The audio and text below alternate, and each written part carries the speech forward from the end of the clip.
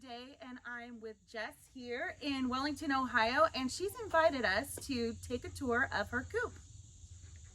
So, Jess, what got you into chicken keeping to begin with? Well, this is my grandparents' farm that we live on. Once they passed away, we took over stewardship, and this is the coop that he built. I used to come here as a kid. We were neighbors and collect the eggs, so I always had an interest. I was in 4-H. I did chickens, turkeys, ducks, among all the rest of the gamut of livestock.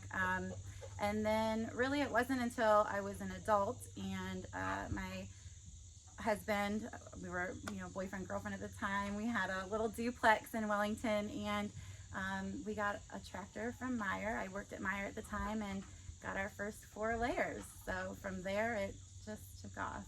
Chicken math took over. Yes, it's a real problem. So how many chickens do you currently own, or is there a number? It fluctuates. We do have a lot of predators around. We do our best, but we also believe in free ranging. So we do what we can to keep them safe. But right now we have 15 in this coop, and then I do have a grow out pen over here in this barn, and we've got some up and comers that I'll add. So awesome. up our egg numbers. Well, let's take a look at your setup and see if we can give some viewers some other ideas for their own setups. Perfect. All right, so right off the bat, I'm seeing some great ventilation options with the screen door. What made you decide to go with the screen door? Well, it was already here.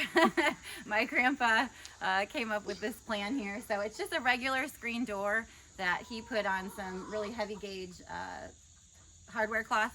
So it's nice and small, predators can't get in, but offers lots of fresh air into our coop. Awesome. Well, let's see what you've got going on for ventilation inside the coop. All right, everybody's like, who is in my coop today? All right, so what do you have going up on the eaves as far as ventilation? So over here we have some hinged vents on the back, so you can swing them closed if you want them closed, or right now we just leave them open all the time, even through the winter, just leaving them open. It stays pretty cozy in here. Yeah, because it's very important to keep your coop well ventilated. And we live in Northeast Ohio, so we do get some really cold temperatures. Do you heat your coop at all? No, we don't. We do a heated waterer, but aside from that, we just do the deep litter method with the bedding, and that keeps it nice and cozy in here. And I'll tell you, this is a real coop, but you cannot, it's not a very strong ammonia scent, so that deep litter method really does work. Okay, so can you tell us about your fancy roost setup? Again, Grandpa's genius plan here.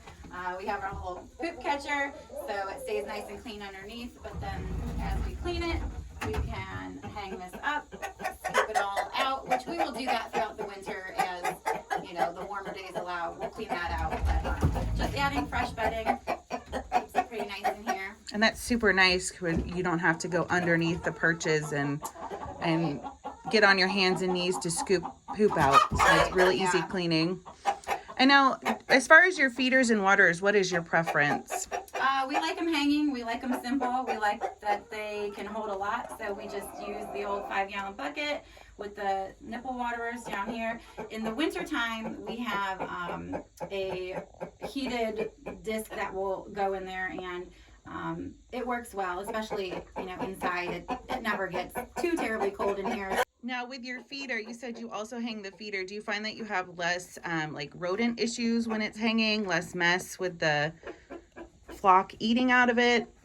Yeah, we don't see too many rodents around here. I imagine the chickens do a pretty good job on keeping those out of here, but definitely less mess. They like to kick around and dust bathe down here, so just by having it elevated a little bit, it seems to stay a lot cleaner than when it was on the floor. Yeah, less waste is really good. Really good for the budget, especially when you already have a problem with chicken math. Right. So tell us a little bit about your nesting box setup. Okay, so this is just a wooden nest box setup that my grandpa made. Same one that I used to collect the eggs out of when I was little. Looks like we have 8 nest boxes here, and they don't use them all. But it changes which ones they use. So we take a peek in all of them. We have this nice slope design here, so they don't roost up here. We encourage that to happen over here. And I don't know. Yeah, I know we get the question a lot, how many nesting boxes do I need for so many birds? And it really varies depending on your flock's personalities. You know, I have 16 nesting boxes, but they all choose to lay in one. Right. You know, it just is a toss up. I'd say generally there's only eggs in about 3 boxes each day. Wonderful. And then as far as the bedding, do you use the shavings in the nesting boxes, or do you sometimes use those reusable turf nesting paths? Oh, we just use the small flake shavings down in here, and even though, I mean, these are pretty deep, these go all the way to the bottom, but we, you know, we'll clean them out and refresh them probably once a month, I would say. Just really, the cleaning happens on an as-needed basis, but they'll kick it up around them when they're making a nice little nest to lay in, and so we have to add to that periodically. And one thing that I noticed in your coop, which is really good, is your roosts are higher than your nesting boxes. And a lot of people will say, well, my chickens are sleeping in my nesting boxes at night. And so that's a really important feature you want in your coop. Everybody's going to sing their egg song right now. You want to make sure your roosting bars are higher than your nest boxes. That will help eliminate them from sleeping in the nesting boxes. So now that we are officially in fall and we're headed into the colder months, is there anything that you do to prepare for that? Yes, there's a few things. We'll go through, and we just did this last weekend. Just clean out all the old bedding, clean out our little coop catcher here, and we'll add down here where all the girls exit. We put a dynamite strip. It's got the, is it permethrin, I believe, in there, and that'll help keep them bug free as they swipe past that. It gives them a little application. We add a little bit of supplemental lighting on a timer, just to extend the daylight hours.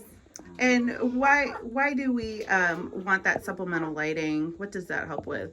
Well, their laying will decrease or almost cease during the winter, so we do go ahead and add some lighting to keep the eggs going. I rely on these eggs as I bake for a living, and we use these eggs in on my bakery, so we like to keep the eggs rolling through the winter. And I think a lot of people want to know how much light they really need to do that supplemental lighting, and it really doesn't mean you have to put big strobe lights in your coop. It's just something to brighten the space up to encourage that laying to keep on going. Right, yeah. We generally will set it, 14 to 16 hours per day, so just adding a little extra light when there's, the days are shorter. So we also have these, they're not terribly clean right now, but we have 2 large windows here, so that's nice. We try to get in as much natural light as possible, but we also add the supplemental light. All right, Jess, and you mentioned you really do like to free range your birds, but I do see that you have an external run. What do you mostly use this for? So we'll close this up at night just to deter any predators from trying to get into the coop. So this will be closed up each night, and we do open it. I'll use this when we have new girls that we're acclimating to the coop. Like I said, we have a grow out pen over here, and we'll be adding those in real soon. So just to keep them at home and to learn where their home is, to kind of learn the routine of the girls coming out and going back in and when that happens. So we kind of just use it as a training tool, I guess, mostly. And then again, like if it's like a super snowy day or something like that, we don't even bother. If I see their footprints, then I'll open it. But if it's a day that all the girls are staying in, I don't bother opening it or closing it that day. Yeah, I find most chickens do not like to walk in the snow. Right. Now, you mentioned opening and closing. You have a pretty snazzy way of letting your chickens out for the day. Yes, we have an automatic coop door opener that is, we manually set the timer on that. So as the days are getting shorter here, we're adjusting that. But it's just really nice when we go away for camping, or if we're out, we don't have to worry about rushing out here. Like I said, we do have a lot of predators around here, so it's just one of those things that is really a necessity for us to have to combat those. So are there any other things, tips and tricks that you utilize to try to help prevent the effects of predators? I mean, we have a dog that we let roam around, so we hope that her presence deters the animals. Just added layers of protection. If we go inside the run here, you'll see that we do have some fencing along the sides there. We have the coop door opener. You know, when my husband comes out every night and he's scoping around, they love this tree over here to roost in there. So if there are any stragglers hanging around, we get those put away. But as long as everybody is locked up and safe and sound, we're good to go. But you know, if that coop door were to fail and not shut, the battery died, if a girl got, you know, left out here at night, surely there would be a problem. So we just like to make sure everybody's tucked in at night. Now here's a great view of where the Coop automatic door opener is, and I've got to ask, why the covered porch? Well, my grandpa designed this coop. It's probably 25 to 30 years old, but man, he was a great builder, and he came up with this plan. So they have their little ramp, and then the door is inside of here, which is quite nice because the weather can't go in. It's almost like a little area where they can wipe their feet before they head in for the night. And then here is the coop door opener that we use. It's the chicken guard. I believe you guys still have that. That's where we got ours. So it's great. It'll open the door in the morning for them and close it up at night. And I also see you have some night guards out here too. Yes.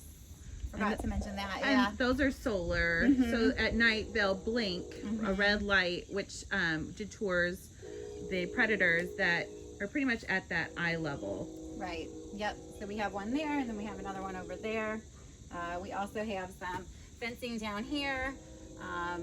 Just, you know, if they were to be out here, just a way for them to not be able to dig in. So now on my wish list, chicken mudroom. All right, Jess, thanks so much for having us out. I love your coop. I've got a few good ideas for my own coop at home. Hope she gave you guys some. I will link some of the products that she is currently using in her coop, so you'll have that information at your fingertips. We hope you guys have a great rest of your day. Thank you.